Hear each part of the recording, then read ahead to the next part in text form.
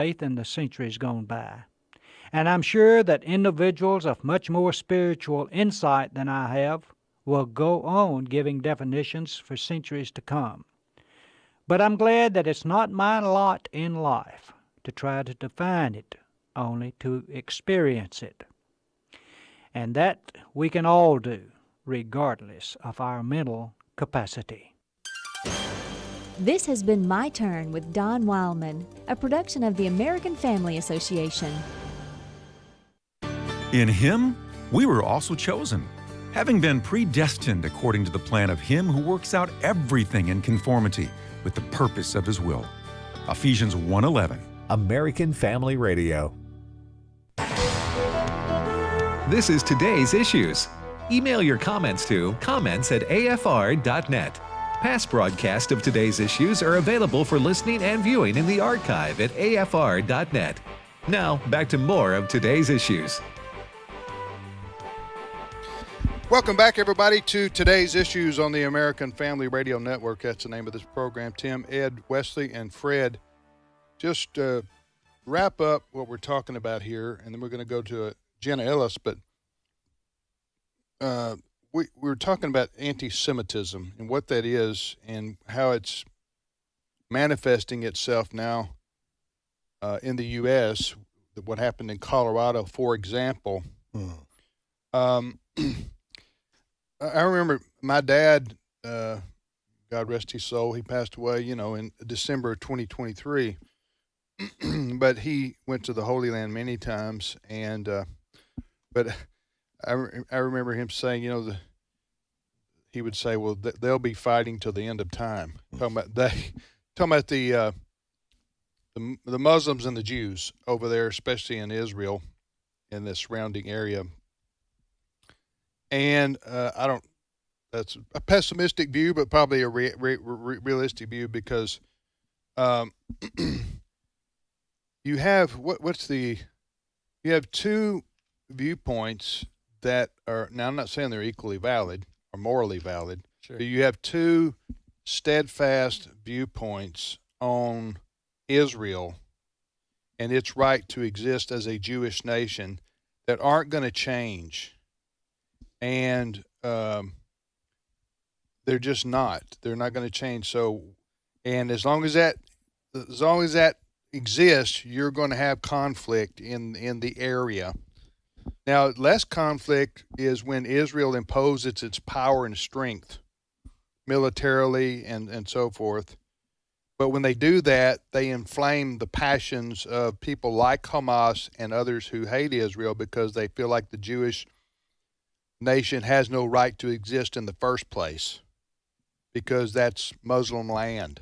You see what I know y'all know this, but what I'm just telling you this, whoever's doing this show 50 years from now, if this show exists on American Family Radio, they're going to be talking about what's happened. Well, they're going to be talking about this subject. Mutually exclusive views. There is no compromise between one side that says Israel has a right to exist and the other side which says all Jews should be murdered.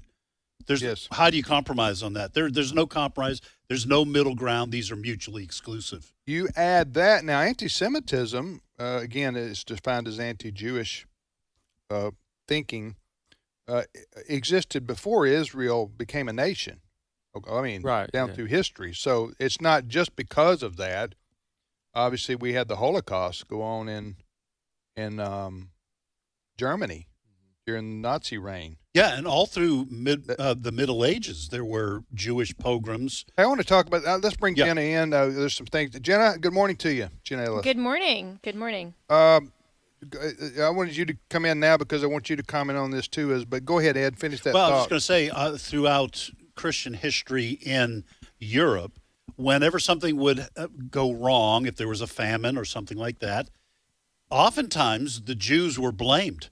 And they were either forced to convert or die or be kicked out of these little villages or cities. So what I'm saying is this has gone on for 2,000 years, the kind of anti-Semitism that we're talking about. I heard an interesting interview the other day on Will Cain show on Fox with a Muslim scholar, Dr. Khanda Ahmed. She is a Muslim. She's with the Independent Women's Forum. Very conservative, but very knowledgeable of what she calls and what has been referred to as the Red-Green Alliance. So it's the red representing Marxist thinking, making an alliance with Islamic terrorism. Just have a listen to what she had to say. Cut 8. I would like President Trump to address the threat of Islamist anti-Semitism from the Oval Office at 9 p.m. because this is a form of terrorism. These criminals, including the one that perpetrated the Boulder attack last night, an immolation of American Jews, including a Holocaust survivor, is a terrorist. He is animated by Islamist ideology. Islamist ideology has at its center genocidal anti-Semitism. It matches and marries in with far left victimhood ideology, ultra woke, what I call a neo-orthodoxy, and portrays himself and fellow believers to be minorities, and this ideology becomes bigger. We don't want any more posts on social media. We want a real address and these crimes prosecuted for terrorism with laws designed to shut down terrorism, which means following the money, shutting down the finances, just like we did with the mafia or other terrorist groups, Al-Qaeda and so forth. Hey, Jenna, go ahead and comment on what we were talking about here. Yeah, I think it's important to recognize that in the context of talking about anti-Semitism, it is always wrong to target someone just because of their demographic for any reason, an immutable characteristic like what gender we are, a national origin, age, any of these things that we did not choose for ourselves. Those are all ordained by God, the place of our birth, all of those things. And it becomes even more tragic when it's specifically for a religious basis, like all of the anti-Semitism against the Jewish people. And Fred and Ed are right that this has gone back, thousands of years, because this goes back to the Abrahamic covenant in Genesis 15, where we see that God gave Abraham and his descendants the land. And Christians don't just support Jews in this because they, in the Old Testament, they're God's chosen people because it's a matter of soteriology or salvation. It's because we understand that God's covenants are eternal, and until the end of all things in Revelation, in the conclusion, the new heaven, the new earth, the new Jerusalem, when the earth as it is today is still here, God's covenant remains. And so we are faithful Christians when we recognize that God's covenant to Abraham and his descendants, the Jewish people, is eternal, and that the Jews are the ones that are entitled to that land. Amen. Amen. Yeah, no, listen, I got no issue with that. And it seems like over the last 150 years, as Christians began to study more about the end times, that a lot of teaching has opened the eyes of evangelicals, for example, to understand, listen, God still has a plan for the Jews, and they play a part in the end times. And that's why I think you've seen evangelicals grow in support of the nation of Israel, especially since 1948 when the country was established, because they see it as a critical component of God's work in the earth. Yes. Let me go ahead. One of the things that I was talking with Fred about over the break is that, just for a moment for our listeners, right? A lot of people aren't able to keep up with the day-to-day things that are happening on college campuses, and even go back to the history of how we've gotten the issues that we're talking about today. But how I was explaining to Fred, if any other group expressed the violence that the pro-Hamas groups did, that would not be accepted. Right. I mean, if a Republican group acted the same way against any other thing that they disagreed with, that would not be okay. But yet, for some reason on the left, why? Well, let me ask Jenna, why are they tied up to defending or ignoring or supporting these protests and just anti-Semitism in general? That's a great question, and you're absolutely right, because we as Christians We as Christians can't even disagree with those on the left. Otherwise, we're called hateful and bigots and all of that. But yet, when the left commits actual acts of terrorism and violence, somehow that's excused. And I think this goes all the way back to truth, where Satan does not care in what way you violate the word of God and in what way you disregard the truth and promote evil. All he cares about is that we do not promote truth in the things of God and that evil persists. And so when we have a nation that is at a crossroads, I think even more so than at other times in American history, when we have, the rise of the religion of LGBTQ, we have the rise of the religion of Islam, we have the rise of the religion against anti-Semitism, against the Judeo-Christian founding. This is really ultimately a clash between right and wrong, good and evil. And so the left that wants to persist in perpetuating evil and allowing for it and continuing to promote that in society is going to try to excuse that and justify it and applaud it and even affirm it, when of course they're not going to treat the truth and Christians the same way. All right, you're listening to the radio program Today's Issues on American Family Radio. That's Jenna Ellis. Jenna is with us as our guest this half hour. I'm Tim, Ed, Wesley, and Fred, and we were talking about the anti-Semitism and giving you a little historical perspective on that issue. Hey, Jenna, do you want to talk anything about this dog BarkBox thing? Yes. Okay, yes, tell people what that is and what happened here. Yeah, so speaking of, promoting good and restraining evil and Pride Month and all of this, well, listeners know that my two dogs, Todd and Copper, are, very dear to me, and that, of course, means that I love to give them toys and treats and things. And there's a subscription that you might be aware of called BarkBox, where you get it once a month, and it's always a theme of toys. So for June... for the month of June, I got a text message that said, we're now doing the Pride collection. So I reached out to their customer service and said, hey, I'd like to skip my subscription for the month of June because the Pride collection goes against my sincerely held religious beliefs. Customer service said, no problem. We respect that, and we'll skip for the month of June. Great. Right? That was a great idea. So I took a screenshot of that and I posted it on social media and said, good for BarkBox. Newsweek, of course, because a lot of journalists follow everything that I post on social media, grabbed that, had attention to that, reached out to BarkBox and said, hey, why are you, what do you think of this? Why do you even promote the Pride collection? And that apparently caused an internal conversation that was then leaked from a Slack channel from BarkBox, where the leadership actually said that they wanted to pause all paid ads and life cycle marketing pushes for the Pride Kit effective immediately. This message said, while celebrating Pride is something we may value, we need to acknowledge that the current climate makes this promotion feel more like a political statement than a universally joyful moment for all dog people.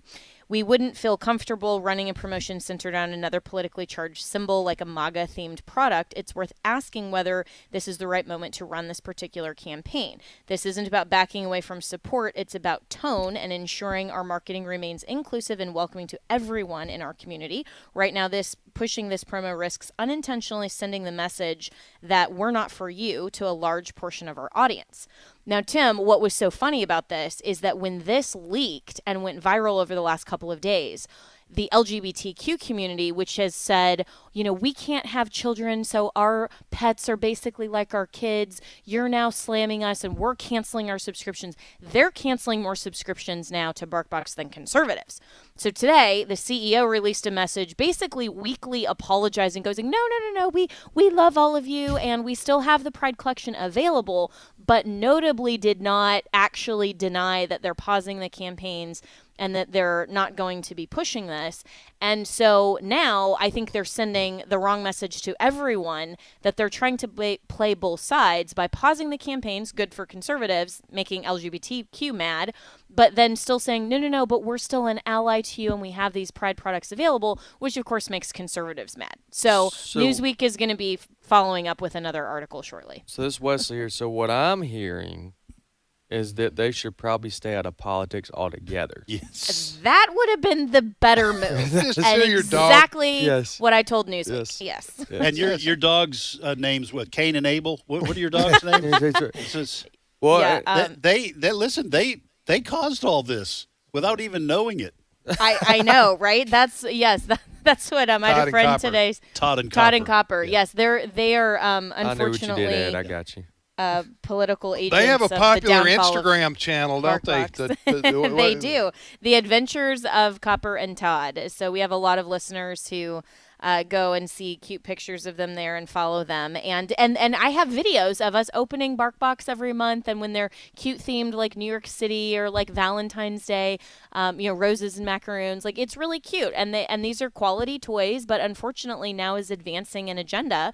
So we will probably be canceling our BarkBox subscription after this. What? Somebody needs to invent this for humans. They do. It's called Uber Eats. Oh, okay. So these are foods that you I just get? like when Allison would call me the first of the month and say, "Hey, your mystery toy box." Yeah, maybe not a toy box, Yeah. but yeah. So this is 2 toys Your and new 2 7 bags of irons in treats. here. They do that But- for sports. They have Yeah. a box. They have a baseball box, a golf box. They have those. Okay, Really? I Very need, I serious, need to yeah. sign up. You Go ahead, need- Jenna. hey, Father's Day is coming up, Wesley. So now you know what Once to get a month. for Yeah.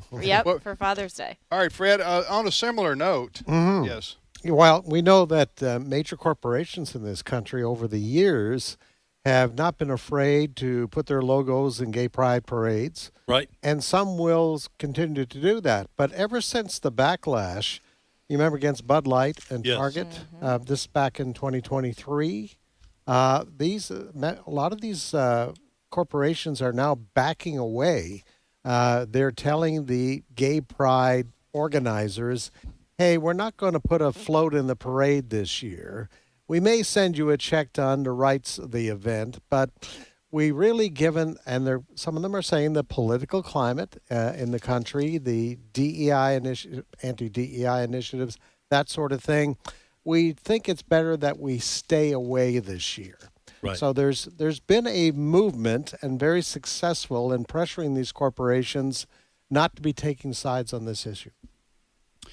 And I think it's great. I think the pendulum swings. I don't think these are principled stands on the part of these corporations. I think their skittishness is tied to because the LGBTQ community, that movement has been tied to the DEI/woke movement, and even though trans is in LGBTQ and has been forever, the backlash against trans individuals in women's and girls' sports, all that kind of thing, I just think these corporations do not want to be tied into the backlash that goes with that. So the LGBTQ community has overplayed its hand, and now corporations are getting skittish. Yeah, and a lot of these corporations, who have to deal with this, they have LGBTQ employees who, some of them pressure Right. corporate executives to, give money to this event or to this cause or to put the pride. I just don't know. That's kind of run its course almost. I mean, there's nothing left to conquer for the for the LGBTQ community in terms of corporate America. I don't think. Well, but the polling is, and Jenna, we want to bring you back in. Yeah. The polling We want is to be going inclusive. in the yes, is going in the opposite direction. Like the percentage of Republican men who are opposed to same-sex marriage has dropped like 7 points in just a couple of years. I think people have reached a saturation point on this, and the Bud Light thing, oddly enough, was just like a bridge too far, and polling is starting to slip in the other direction. So I don't know whether it's ever coming back in terms of corporations. Yeah, and corporations, would be really wise to recognize that if they're promoting a political agenda, then they're necessarily going to exclude the people who have a different Yes. political agenda. I mean, that's just the point. I mean, just like if a corporation sided with MAGA conservatism, then they're necessarily excluding the left, right? I mean, so just from a business standpoint, the Bud Light controversy never made sense in terms of the bottom line. But it was because all of this was being driven by the Human Rights Campaign and all of these corporations to get this DEI score. And as this is becoming more and more uncovered, and the Trump administration is going against this, and I really applaud them for doing that, these companies are recognizing that in a truly capitalist society where the bottom line means you have to serve your customers, then things like boycotts actually work. I mean, we even saw, with AFA that pushed the Target boycott for years. Just this June, as of Pride Month now, I've been seeing all across social media, instead of having a giant Pride collection, they actually have a giant July 4th collection, which is great. And that is genuinely inclusive to everyone other than the illegal immigrants that shouldn't be here anyway, so I don't really care. But, it's genuinely inclusive. It's all Americans can participate in that. It's not a political message. It's one that is genuinely just, hey, everybody can come and have fun. We used to meet, we American Family Association, meet and talk with corporations, through the years. And a lot of them were meetings that we would have off the record, obviously. Right. But I'm talking about major house brand name corporations, big corporations. We would tell them, listen, how you deal with your employees internally is your business. We know you have gay and lesbian and whatever kinds of people, all kinds of sexual orientation. That's how your HR treats it in terms of benefits and insurance and all. We don't care about that. The main thing we care about is promoting that agenda through your company to the general public, to the public. So that would include, to us at least, promoting like gay pride parades and putting your name on it, because that's not something you have to do. All you do is say, hey, we welcome everybody to visit our stores and do business with us. We don't care what you are, what color you are, what sexual orientation you are, and we treat our employees fairly. But you don't have to get involved in doing things like what Jenna first started talking about here, this BarkBox company, where they go out of their way to get in your face with their political statement, and that's what companies are backing away from. And I think that's a good thing. And I do think with the election of President Trump, although the election had a tone difference in this country, I think with President Trump winning and him saying things like, I'm going to take away, do what I can to fight against boys playing girls sports, for example. I think these corporations also said, hey, wait a minute. Over half the country pretty much doesn't want us pushing this in their face. 70%. In their like I said, Americans are basically live and let live, but we don't want to live and let live. And then you jam something in our face every day, all day, and say, "Hey, you need to applaud this. Come on now." Right. And live and let live was a lie, anyways, because I think that's where they really jumped the shark on this. Because once they started putting biological men in women's sports, and you saw actual harm, they couldn't then credibly tell the lie. What does it matter? Who is it hurting anyway? Right. Well, there are now some real injuries. Yes. Another interesting thing I've noticed there's a television ad that this is changing the subject slightly, but related to the topic at hand. There's a television ad that has an advertisement for drugs that treat AIDS. Have y'all seen this? Seen it? Yes, I have. Unfortunately. And it's got two men kissing or whatever they're. Anyway, it's got a lot of pictures of homosexuals together, male homosexuals. Have you seen this? Yes. But I'm thinking why are they stereotyping? That wouldn't be acceptable if a conservative says, hey, if you want to stop AIDS, then homosexuals need to stop having intimacy. Right. Okay. That's a sure way to stop it right there.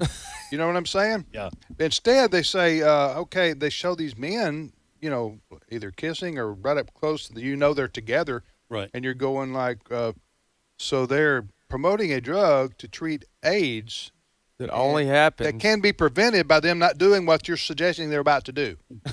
You see what I'm saying? Yeah. It's kind of bizarre. Well, even though technically anyone can get AIDS, it is primarily affecting the homosexual community. It's a sexually transmitted disease. Where does it start, though? Does it not start with two men? Well, I'm not sure. The AIDS virus, HIV virus? I'm not sure how it that was my started. question. There's some question about its origins, but it was primarily in the homosexual community. And then the health professionals all said anyone can get it, which was technically true since it's a sexually transmitted disease, but it has primarily remained an affliction in the LGBT community, mostly homosexual men who have sex with men. The Bible talks about unnatural things. Yes. And the consequences of participating in them.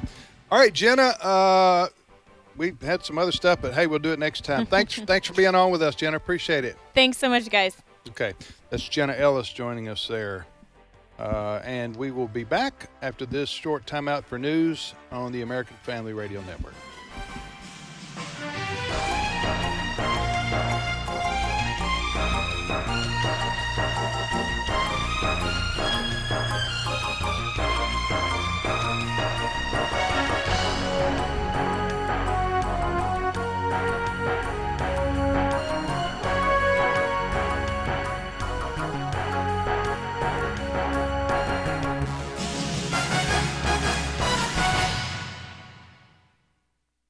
The views and opinions expressed in this broadcast may not necessarily reflect those of the American Family Association or American Family Radio.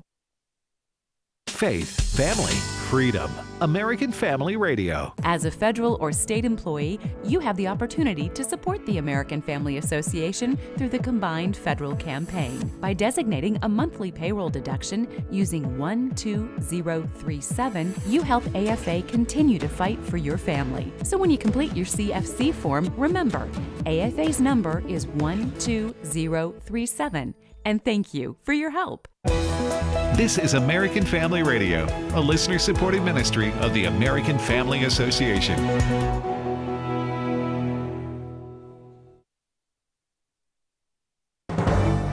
American Family News, I'm Rusty Pugh. Investigations continue into last weekend's terrorist attack against a Jewish group in Boulder, Colorado. Now, the attacker's family is being subject to deportation. Eben Brown with more.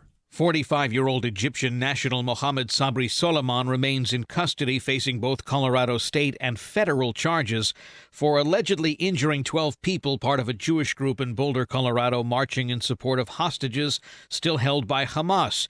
Soliman had overstayed his visa, and now his wife and children are being held on immigration matters. But we're also investigating to what extent his family knew about this horrific attack, if they had any knowledge of it, or if they provided support to it. Homeland Security Secretary Kristi Noem. Soliman is facing hundreds of years in prison. Eben Brown, Fox News. In the aftermath of that terrorist attack, Border Czar Tom Homan is sounding the alarm over getaways, or illegals who entered the United States without being processed by Border Patrol agents. He has a question for lawmakers who criticize the Trump administration's deportation policy.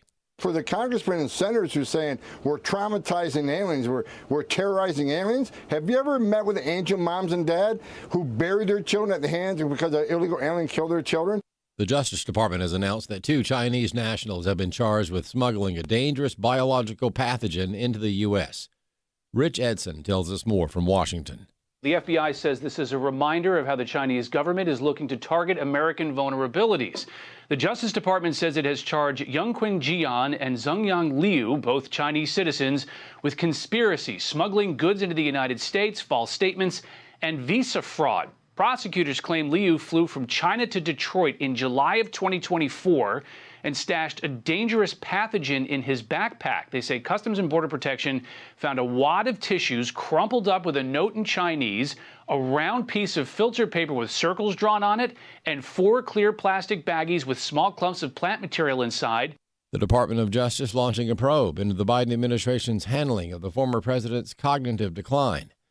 House Oversight Committee Chair James Comer of Kentucky says he expects those they requested interviews with, including Biden's former White House doctor, to come in for transcribed interviews. We've notified them. They know they're coming in.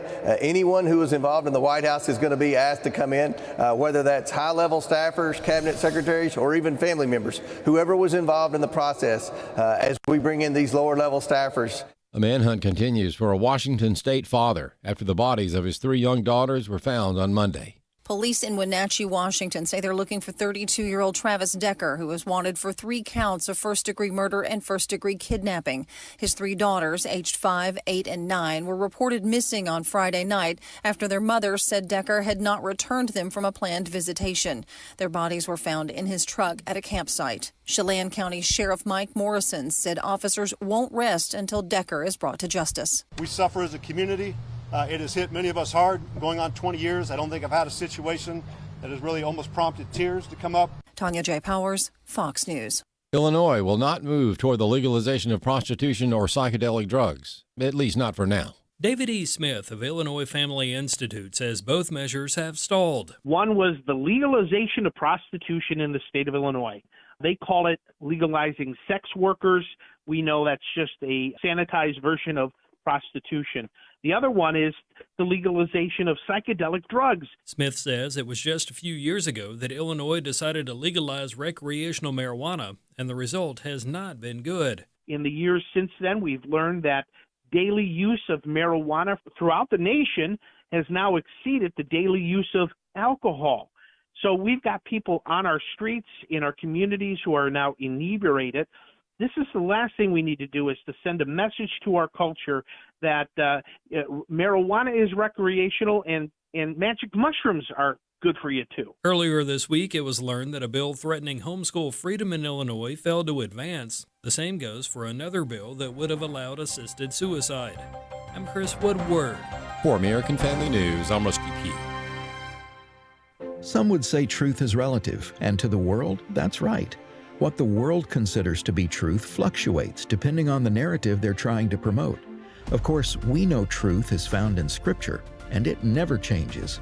The documentary, The God Who Speaks, proves the Bible's reliability as the source of real truth and reinforces our belief in it as our firm foundation. Watch it anytime at stream.afa.net. That's stream.afa.net. Today's Issues continues on AFR with your host, Tim Wildmon, president of the American Family Association. Hey, welcome back, everybody, to Today's Issues on the American Family Radio Network. Today's Issues, the name of this program here on AFR. Tim, Ed, and Wesley, and now Steve Paisley Jordahl joined us. Good morning, Steve. Good morning, everybody. How you doing? I'm well. So you wear long sleeves a lot in the summer, don't you? It's hard to find Paisley shirts that are short sleeved. Is that a well? Is that a neat? Go ahead. I think because obviously he's got a watercolor shirt on today. Yeah. But it is hard to find colorful, either watercolor or paisley or anything like that that are interesting that are short sleeve. And besides, it's 72 degrees where I work. Yeah. Well, all year long. Yeah. You know, I think we probably need to do more fashion on this show. I don't care. What? Nah. You don't think? You ever heard of like antimatter? Yeah. Like in science fiction? Yeah. Or we're anti-fashion. You anti-fascist. Yeah, we're anti-fashionists. Fashionists. The fashion, yeah, our fashion decisions are made just picking out the shirt we're going to wear in the morning. That's about the extent of it, isn't it? And half the time I go into the living room, my darling wife is drinking a cup of coffee, and does this go with this? Oh, you ask? Yeah. Yeah, does this match? If I have a question. I understand. Yeah. Although I can't imagine more interesting radio than talking about designs on shirts. Yeah. Well, watercolors, that's a pretty cool. I've seen that. You wear that before, but Wesley is right. It sort of defines your personality. You know, you're a watercolor kind of guy, right? Which means you're very interesting. There you go. Yes. I hope so. I try to be. All right, first story. And the guy wearing the black shirt with the black Right. T-shirt, what are you Right. saying about him? Mafia? I'm not sure what exactly. What comes to mind? Yeah. All right, go, Steve. I'm Johnny Cash.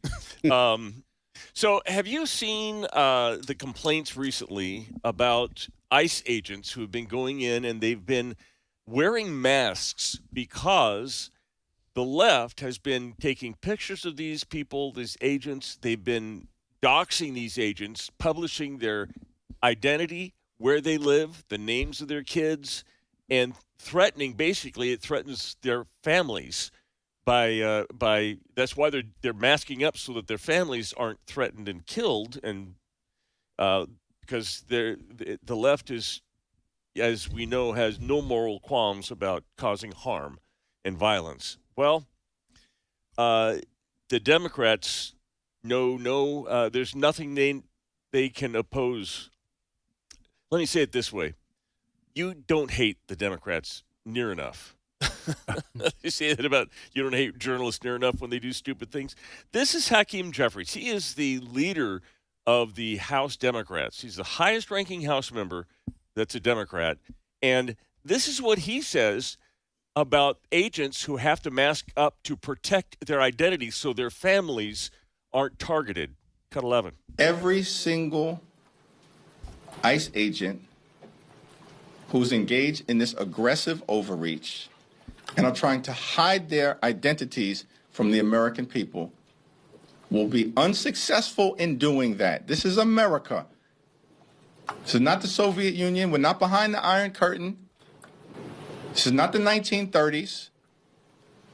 And every single one of them, no matter what it takes, no matter how long it takes, will of course be identified. That in fact is the law. And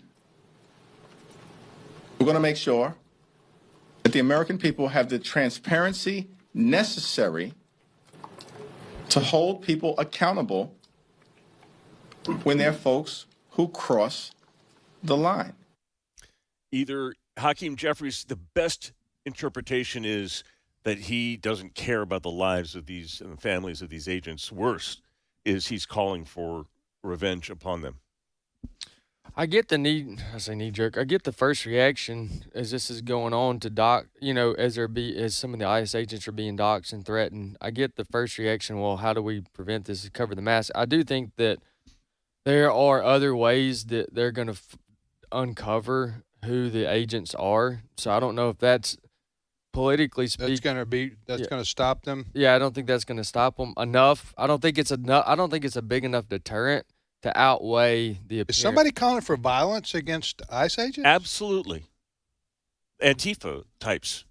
The people that I've seen all the time I saw a video today of a guy that was in a car that said, okay, you have one chance, ICE families, to tell your husbands to sit their butts down and drink their coffee and not go to work, because if they go to work and I'm anywhere around them, you're not going to see them again.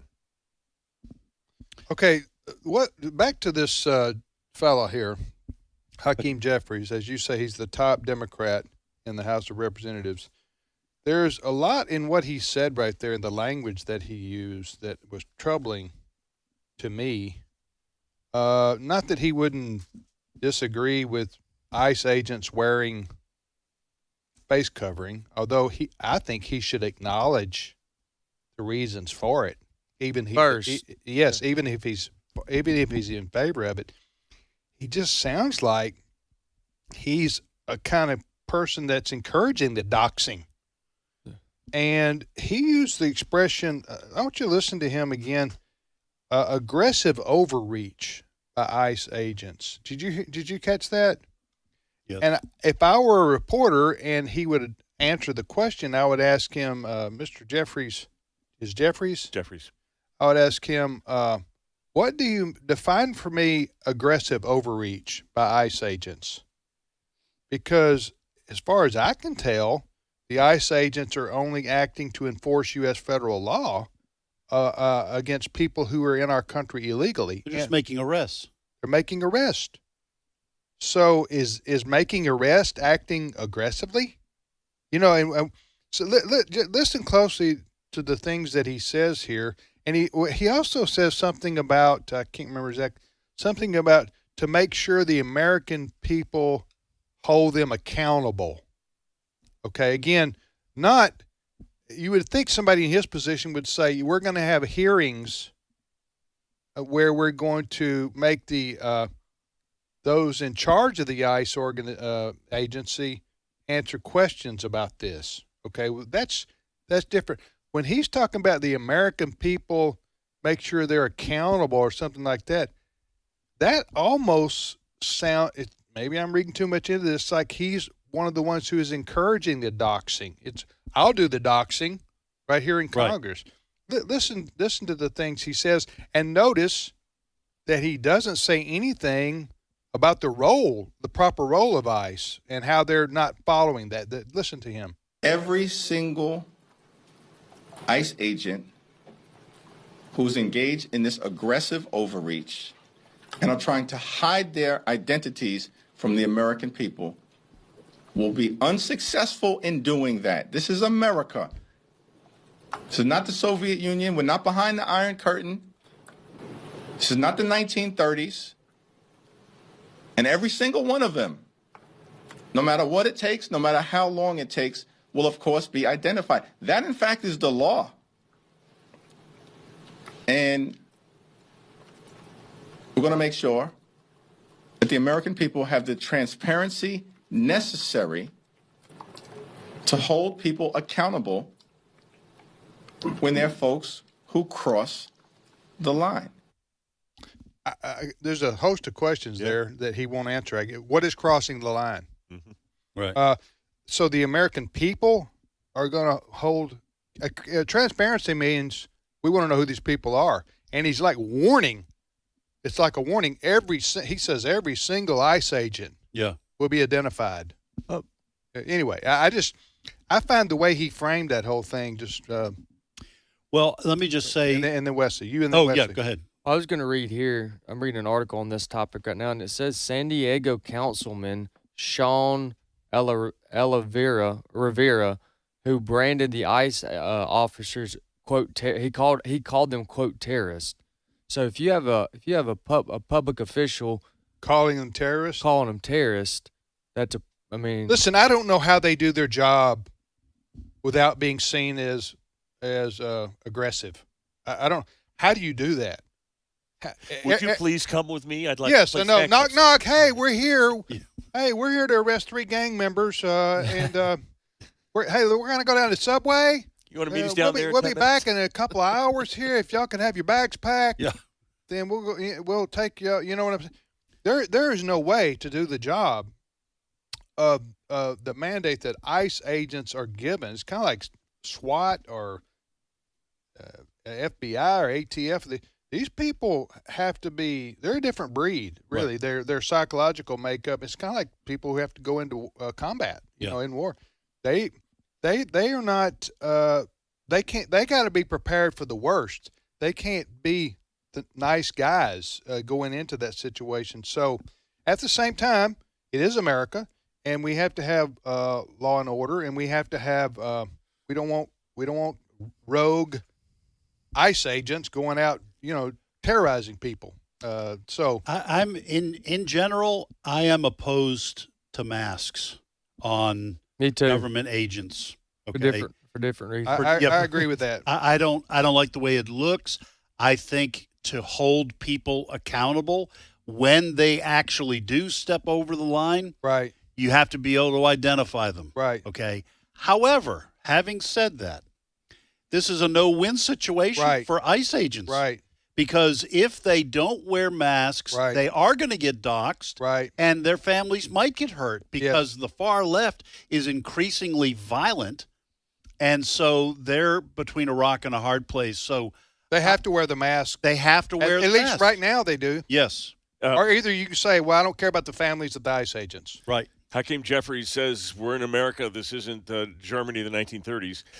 I would submit to you that a Jew coming to America, transporting through time from the 1930s, might find an awful lot that's familiar with Germany in the 1930s on college campuses and around this country, with the anti-Semitism, with the AFA, with the Antifa types, the riots that are going on. This isn't the America that Jeffries is talking about. Oh, we had Jews burned by a Muslim, an Egyptian, here illegally, that ICE would have deported if they'd gotten a hold of him.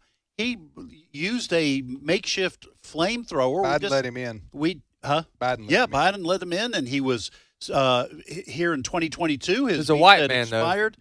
Though. Well, and then this young couple shot to death in Washington, D.C. Yeah. To your point, Steve, Jews might find a lot that was very familiar if they were transported from 1930s Germany to the U.S. in 2025. By the way, some video has been uncovered. I don't know if you guys saw it or not, but we now know the reason that this guy that was throwing Molotov cocktails had no shirt on. There's a video of him throwing one, and the liquor or whatever's in the flammable substance getting on and catching him on fire as he was throwing That's why he pulled the shirt off? Yeah, to pull the shirt off, yeah.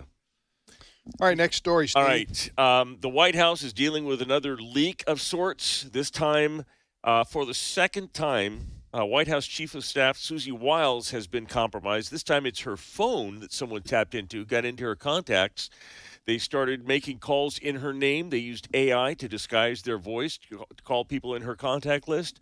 The White House is kind of keeping it close to the vest as to what they know about this. I suppose they're trying to figure out who hacked it and why. It could be a foreign agent. It could be something local. But this is the second time Wiles has been targeted, and there are a raft of leaks coming out of the Trump administration.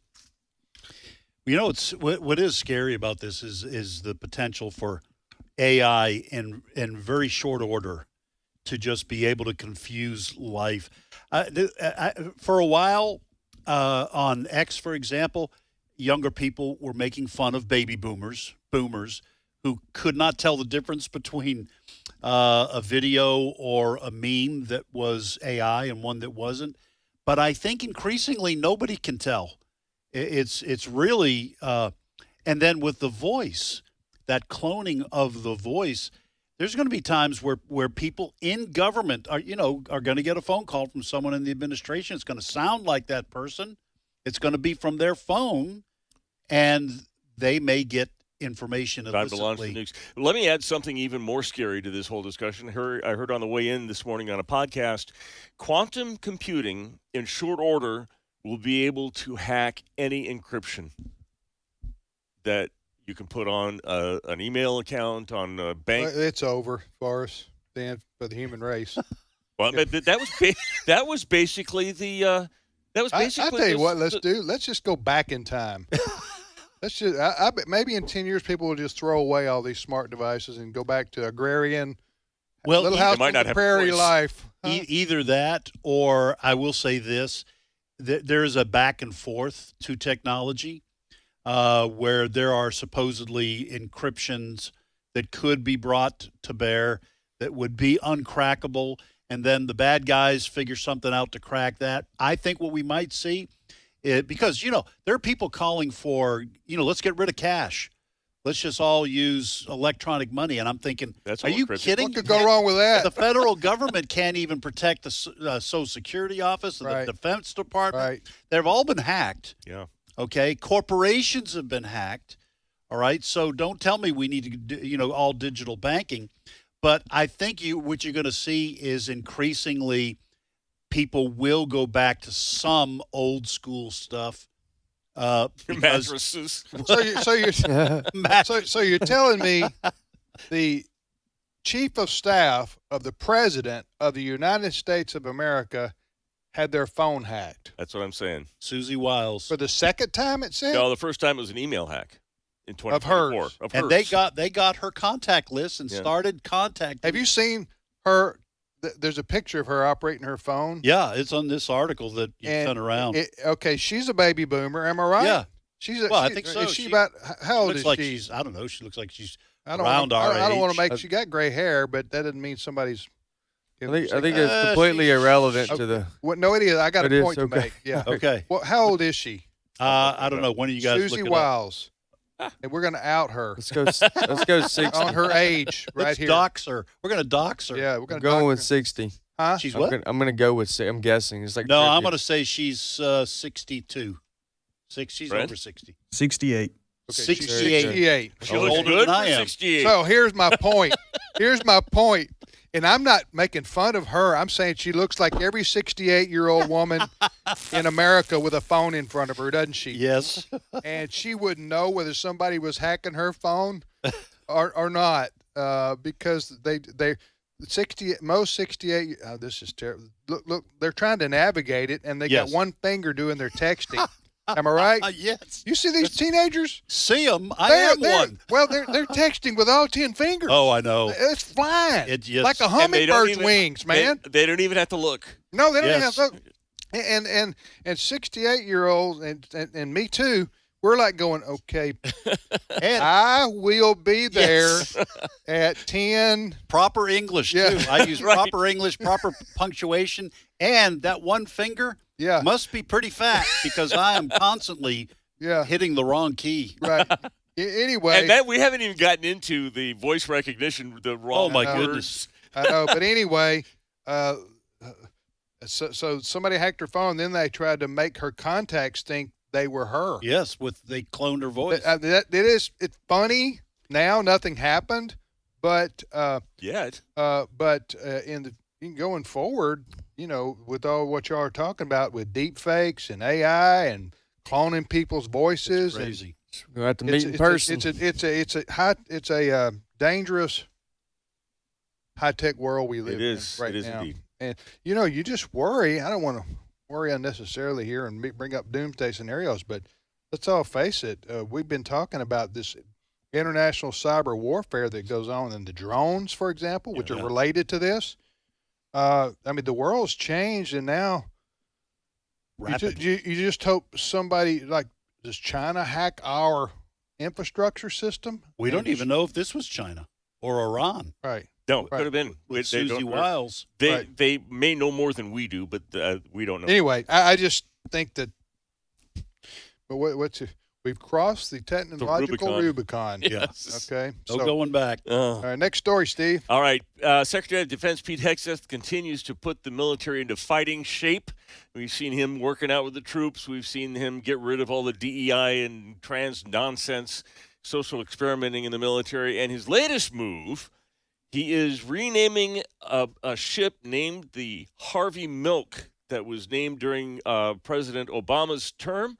That's named after a gay rights activist who happened to also be a pedophile. The pedophile part was not used in the commissioning of the ship, surprisingly enough. But Pete Hegseth is going to rename the Harvey Milk. And he was a mayor, wasn't he, of San Francisco? He was Harvey a supervisor in San Francisco. Supervisor. Okay. Yeah, he shot. Dan White shot him and used the Twinkie defense. That's the first use of remember the Twinkie defense? Oh, that he had He was Twinkies and hopped sugar up on over- sugar. Yeah. So he went in. He shot Mayor Moscone and yeah, that's right, Mayor Moscone and Harvey Milk. Look, a gay rights activist who was controversial, and let's just say that in terms of his taste, age-wise, okay, and the left and the media ignored all that when this was a destroyer, right? I believe so. Christened the Harvey Milk. I don't think that worried China at all. A U.S. Navy with the Harvey Milk as a destroyer. So I like what Pete Hegseth is doing. Let's go back to war fighting and stay away from the DEI and the woke stuff. And Fred was saying, or maybe it was you, Steve, that in terms of people signing up, the numbers have improved, recruitment. Very much, yeah. Since Trump took office. Yeah, they are. The military is meeting its recruiting goals after 4 years or more of decline and not meeting their recruitment goals. I think Fred said that the U.S. Army is 4 months ahead in its recruitment goals. I think I saw that number as well. Hey, Wesley, do you have any comment on this? Pete Hegseth Hex, it's renaming the. Yeah, well, I was. Ship. Yeah, I'm trying to figure out. I'm not as I'm familiar with what you just said about Harvey Milk, but I'm not. But what did he do that made him popular? He was a supervisor in San Francisco. He's the first openly gay supervisor in San Francisco. Talking about the 60s or 70s. 74, I think. This was also Dianne Feinstein took over as mayor. It was her first public appearance. I was living in the Bay Area at the time. I lived through this. So that's what he's known for? Yeah, he's the first openly gay San Francisco. That's not good enough. Okay. What I'm waiting for is he invented the phone. No, he was a he was a homosexual activist, one of the first ones. And he was killed. He was in their some of the people champion him like people do maybe Martin Luther King Jr. in terms of the civil rights movement. They would say he was a pioneer. Left, he was a pioneer in the gay and lesbian movement. That's what they would say. So for the left, he's an icon. Yes. Yeah. Go ahead. Next story. Hey, Tim, I think you probably could talk more about this than I, but it's U.S. Open time, starts this weekend, and leading into this... For golf, not tennis. For golf, U.S. Open for golf, and leading into this tournament, this is the only tournament where just any Joe that can handle a golf club and has a couple good rounds can play in some limited spots in the U.S. Open. There is a 17-year-old high school junior. His name is Mason Howell. He's from Snellville, Georgia, and he qualified for the U.S. Open. Mason did? Mason did. It's a 17-year-old junior as an amateur. He's like the 8th-ranked amateur in the country, so it's not even the first or second, but he will playing. I tell you what, Open. I put a lot of work in with Mason, and I'm glad to see that he's succeeding. He's making it in the It golf has worked world. out, yeah. That is the U.S. Open golf tournament, which is annual. Is you do qualify. A lot of people try to qualify from around the country, and you don't have to be a professional golfer to make it. That's going to look good on his resume. Yeah. Very few do, but hey, it's the dream, right? He's committed to play at the University of Georgia. Has he? Oh, is that right? Okay. All right. Well, thank you, Steve. My pleasure. Our thanks to Ed, Wesley, and also to Fred Jackson, Jenna Ellis, and our producer Brent Creeley. We'll see you tomorrow.